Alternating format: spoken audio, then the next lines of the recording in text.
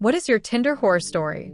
My roommate loves Tinder, and she's brought back numerous visitors, which is fine except for the fact that the apartment is tiny and we share a room, and also the fact that my roommate doesn't really care what I end up seeing. And as it turns out, most guys don't care about having another girl in the room either. Some take it as an opportunity to ask me to join my roommate is my Tinder nightmare. Finally started seeing a girl off Tinder. It was going well for about 2 weeks and thought she was pretty cool. Then things started getting weird. She used to always joke about killing me. I thought it was okay the first few times, but Bennett got annoying. I told her to stop, and she kept doing it.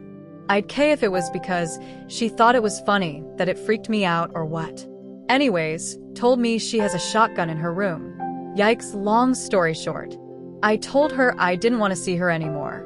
She didn't like that. For the next 3 weeks, she's absolutely handing me, calls me constantly, shows up at my work asking for me, keeps coming over to my apartment. She actually knocked on my door for 30 minutes. When I didn't answer, she went around back and started knocking on my bedroom window. Got really concerned for a while, but eventually she gave up. I went on a date with a guy. In the entire time, he was talking about how men are superior and how there have been scientific studies to show that women have an emotional reaction to the color red when they see it. I wonder why he was single. I'm probably too late, but here it goes. Sorry for the wall of text. My first and only Tinder date, I started talking to a cute guy. We hit it off really well. We'll call him Greg. Greg lived in a town nearly an hour away, so we texted for about 2 weeks before we decided to meet due to schedules. During this time, Greg consistently attempted to wow with his food knowledge. I work in the fine dining restaurant industry, often telling me about what meal he was cooking for him and his roommates each night. After several days of talking, he then asks me to come to his house, so he will be able to cook for me. I oblige, figuring what's the worst that could happen. I've talked to him several times and felt okay about the whole situation. The day comes, and we meet somewhere neutral, and I follow him to his house. All the while I'm explaining how excited he is to cook for me. We arrive at his place. Everything is going really great. He's exactly as I pictured him, and his personality fits me perfect.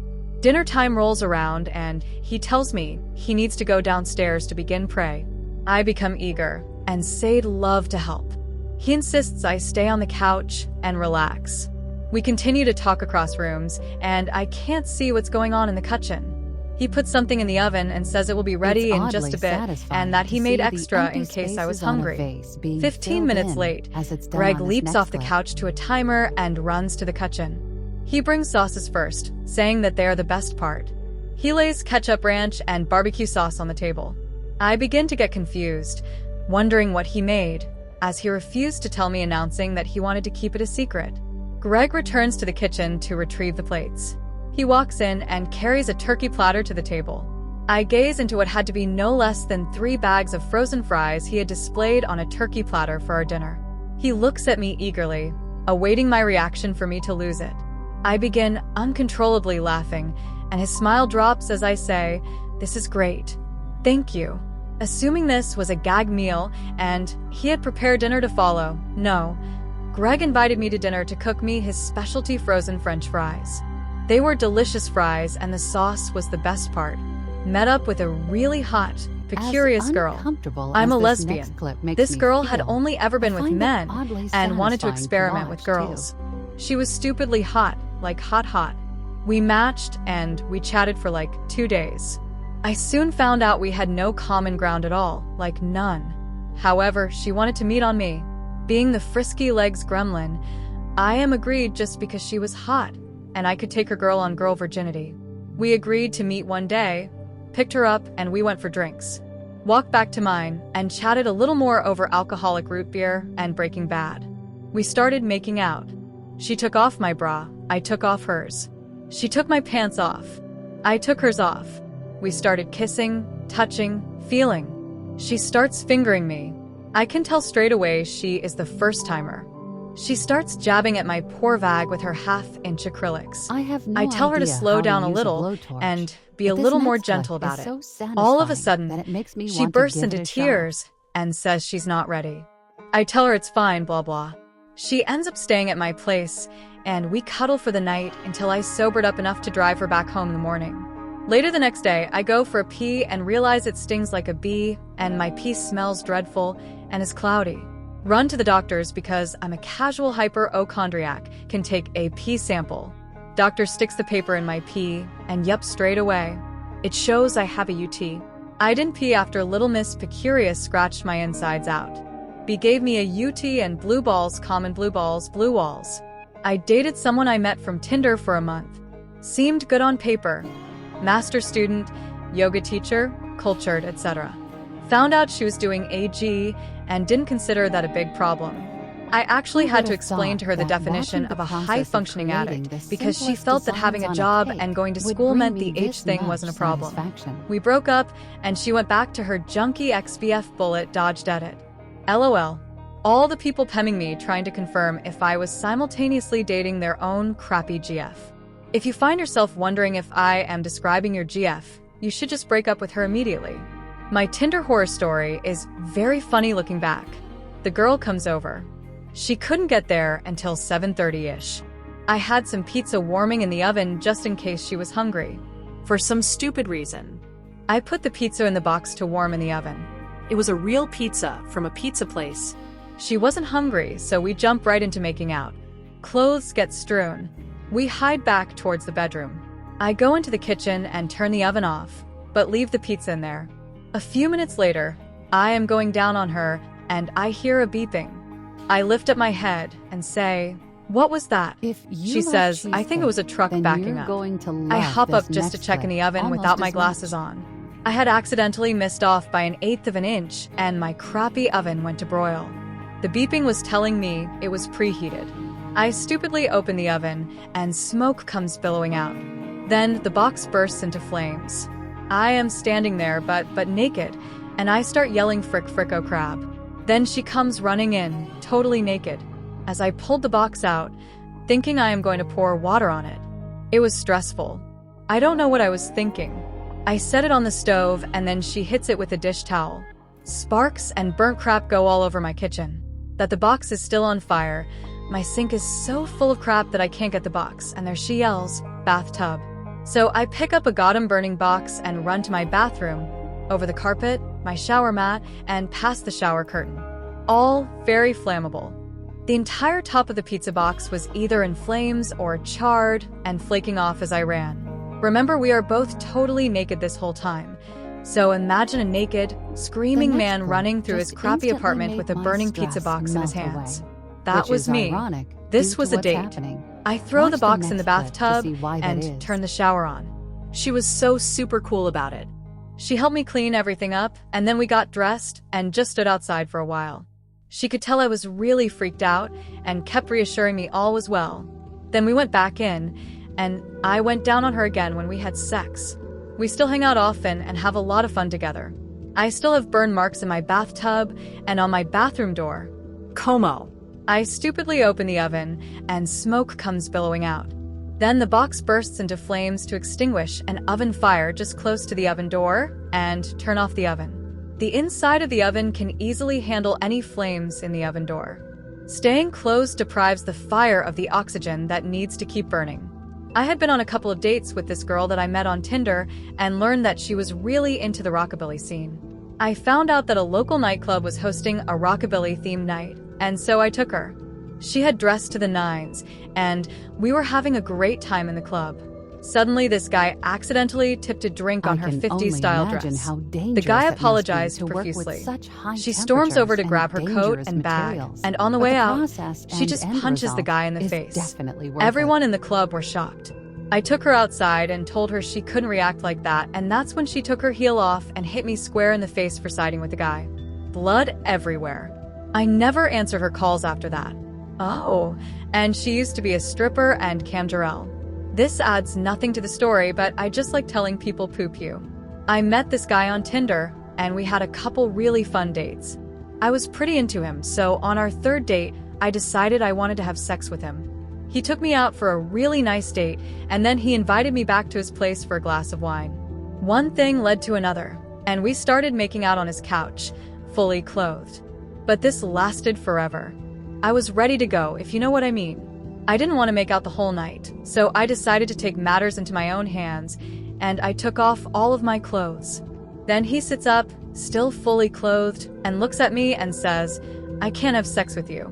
I have a STD, possibly most awkward moment of my life. I try to be super nice about it, but I promptly got dressed and left. And as many of my friends have pointed out, I am extremely grateful that he told me. That's really big of him. Nothing but props to that ode. And route to the worst date ever. This guy texted me from the burrito place we were meeting to tell me he'd already ordered me the salad. I repeat, salad at a burrito place? Also, was this the past? Was I now incapable of placing my own food order? Anyway, after arriving with my salad ready beside his plate of tacos, he spent the next half an hour telling me about his model ex-girlfriend and how passionate their breakup sex had been last weekend. The final straw was even after telling him I wasn't a big fan of smoking, he literally asked a stranger for cigarettes and then chain smoked them beside me. Way relate to the party, apparently, but I feel obliged to share my best friend's story. You philosopher fool. I think his username died recently at age 23 from a massive seizure in his sleep.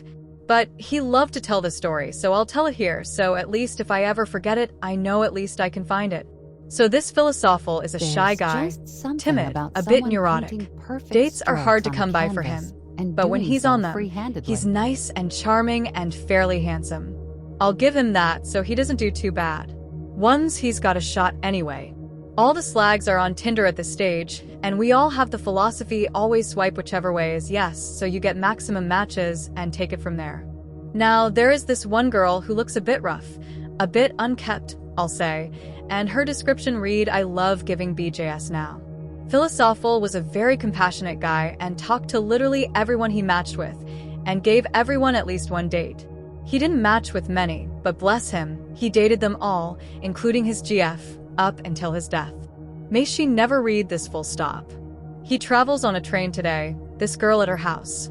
He recounted that from being picked up at the train station, the car was full of litter. The footwall was 90% litter, 10% to his feet, and the woman from the photo, she had aged not too kindly either, and the house was run down dirty.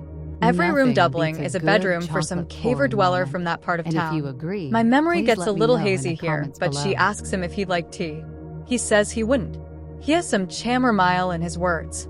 The one clean thing I had in this house was that teacup and a chamomile tea.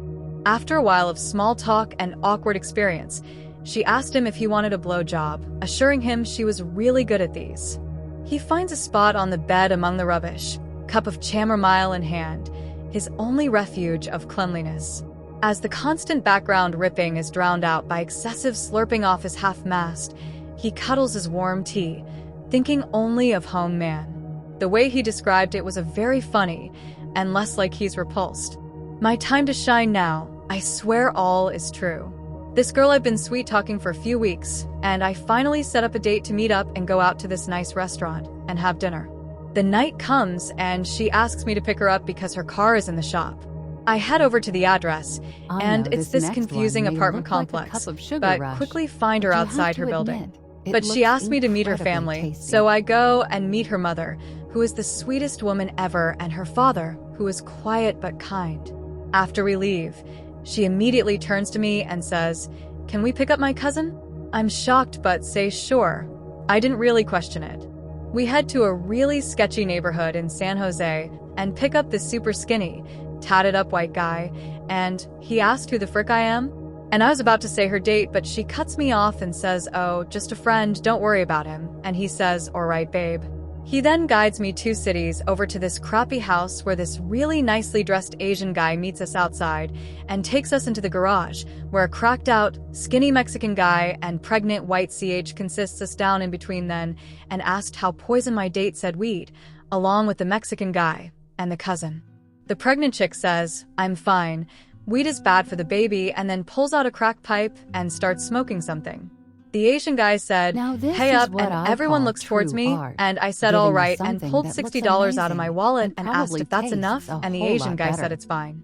He leaves the garage, taking get the guest. Sidoran comes back 10 awkward minutes later and stoned with nothing, saying, "Sorry guys, I'm out of weed, but my dealer is on his way." 20 minutes later he shows up, screaming and throwing weed at the Mexican guy, and just leaving. Then the Asian guy asked if anyone had a pipe, and I said I did, and they all got happy, and I went outside to my car and drive off because I'm pretty sure I would have died that night. I had been talking to this girl on Tinder for a while, and we decided we wanted to smash. The problem is I had asked my roommate if I could have the room later. Apparently, unlike the animals, you people seem to have his roommates. So when I went to sign this girl in, we have a proctor in the lobby at my university's dorms. My roommate and several other friends of mine placed a Bluetooth speaker in my room and hid in the hallway waiting for me to get back. I didn't see them, and things started to get hot and heavy when Let's Get It On started playing from somewhere in the room. I started searching, and after 5 minutes, while the song I just had sex was finishing playing, I found the Bluetooth speaker under my roommate's bed behind his dresser. Yes, I had to move both of them. I found the power button, but not before the wonderful sound of hardcore pornography filled up the room. But the two of us decided to call it, so we threw on some clothes. I walked her past all 6 of the bastards. I never saw her again come up, and like the rest of the animals you people seem to have as roommates. My roommate and several other friends of mine placed a Bluetooth speaker in my room and hid in the hallway. Met this girl on Tinder, invited her into bed. She accepts, comes over. We have fantastic sex a lot. Same thing the next night. Thinks she's moving to Montana in a few weeks for a job, a cook position in a national park. She invites me out there. I look into the job and eventually get it. We decide to start dating. Met twice. Known her for a month. I'm an idiot to keep it exclusive at adult summer camp there in Montana. I get out there. She freaks out and breaks up with me because she has cancer, cancels the breakup, does it again the next night. I agree and say it's over. Proceeds to Dawn block me constantly throughout the summer, and we scream at each other in the kitchen, poor choices all around.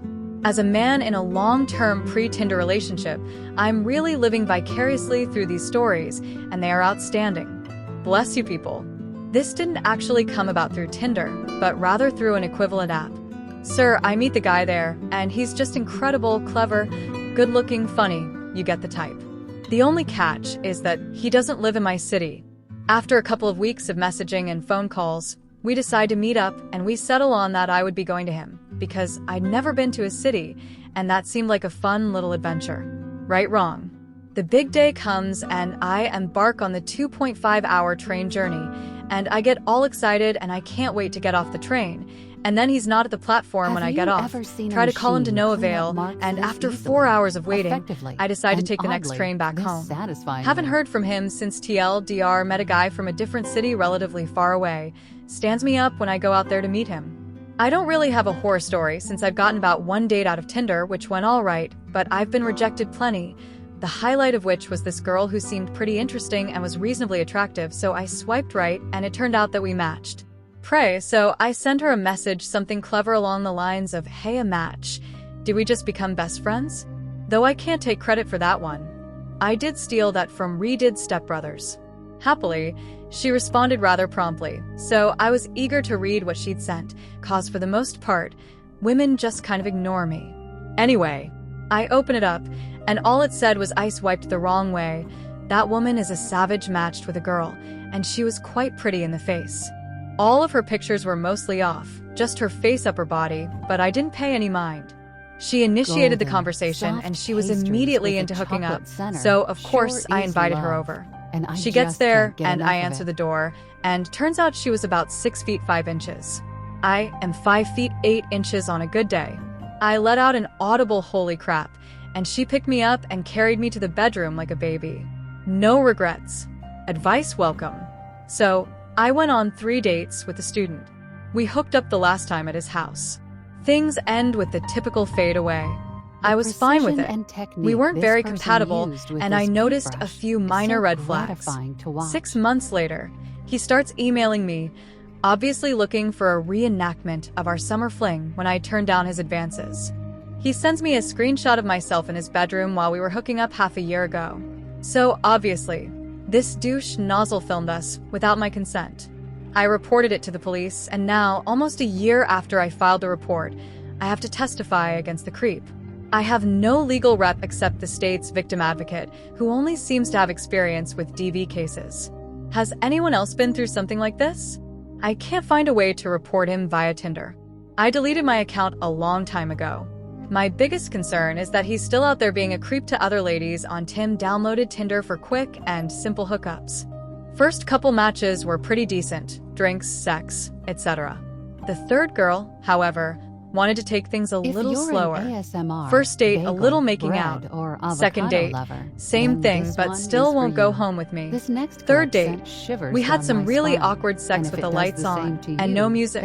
I was so nervous I had a hard time keeping it up, and she was barely wet. We've been dating for 10 months, and she is going to meet my parents this weekend. The horror happened a year ago. Met this guy, similar interests, looked great in his pictures. We decided to meet up on a Sunday for lunch. I was so hungover from a friend's Christmas party that I threw up upon arrival. He didn't seem to mind. He didn't order a drink, and I couldn't order one due to the hangover. Once the hangover subsided, I suggested we walk around and head into a bar. He doesn't like the first bar, had a bad experience at the next bar, and keeps on passing on them until we finally get to his favorite bar. He orders drinks, and after a few more drinks, I suggest heading to a wine bar. He passes because he confesses that he's only 20, and while his profile said he worked at a local college, it was a work-study position because he is a junior there. Maybe it was the hangover, maybe it was the exhaustion, but I still brought him home. Things occurred, and I found out he was a virgin. He ran away in chairs and threw upon my apartment stairs. Repeated the process once he was 21, and it was almost the same situation, never again. We talked for a couple of hours, drank some wine, watched a movie, and we had sex. Then things went a little downhill. We laid in bed, and suddenly, it looked like she was about to black out. So I helped her sit right up and asked if I could help her get her some water and stuff. But she didn't speak a word. She just sat there without her hands in her hair for a couple of minutes and then puked all over my sheets. At this point, I wanted to get her to the shower ASAP, but she was just stunned or something. I didn't know what to do. After a couple minutes, I finally convinced her to get up and brought her to the shower so she could clean herself while I could clean the sheets and all that. Every 5 minutes, I checked on her if she was okay, but she would just sit on the floor with the shower running and wouldn't talk. It was all very awkward. After 20 minutes or so, I brought her a towel and some clothes, and we sat on the edge of my bed, and she told me that she was born without a womb. She cried. I calmed her down, and we finally went to sleep without a blanket or sheets. I didn't have spare ones in my student apartment. The next day, I made breakfast, and she went home. Weirdest date I ever had. I matched this pretty cute-looking girl. She didn't look like she was in super great shape, but she didn't look her beasts or anything. Well, we exchanged numbers, and I called her. She agreed to come over to my house, so I waited outside while she found her way over. She pulls up in a super badass car, so I'm like, "Hawk yet." When she gets out, it looked like her suspension let out a sigh of relief. She was at least 300 pounds. Nice girl, though. She gave me a back massage. Then I told her I was tired afterwards, and she left. I'm a little late to the party, but my first Tinder date has been my most eventful date ever.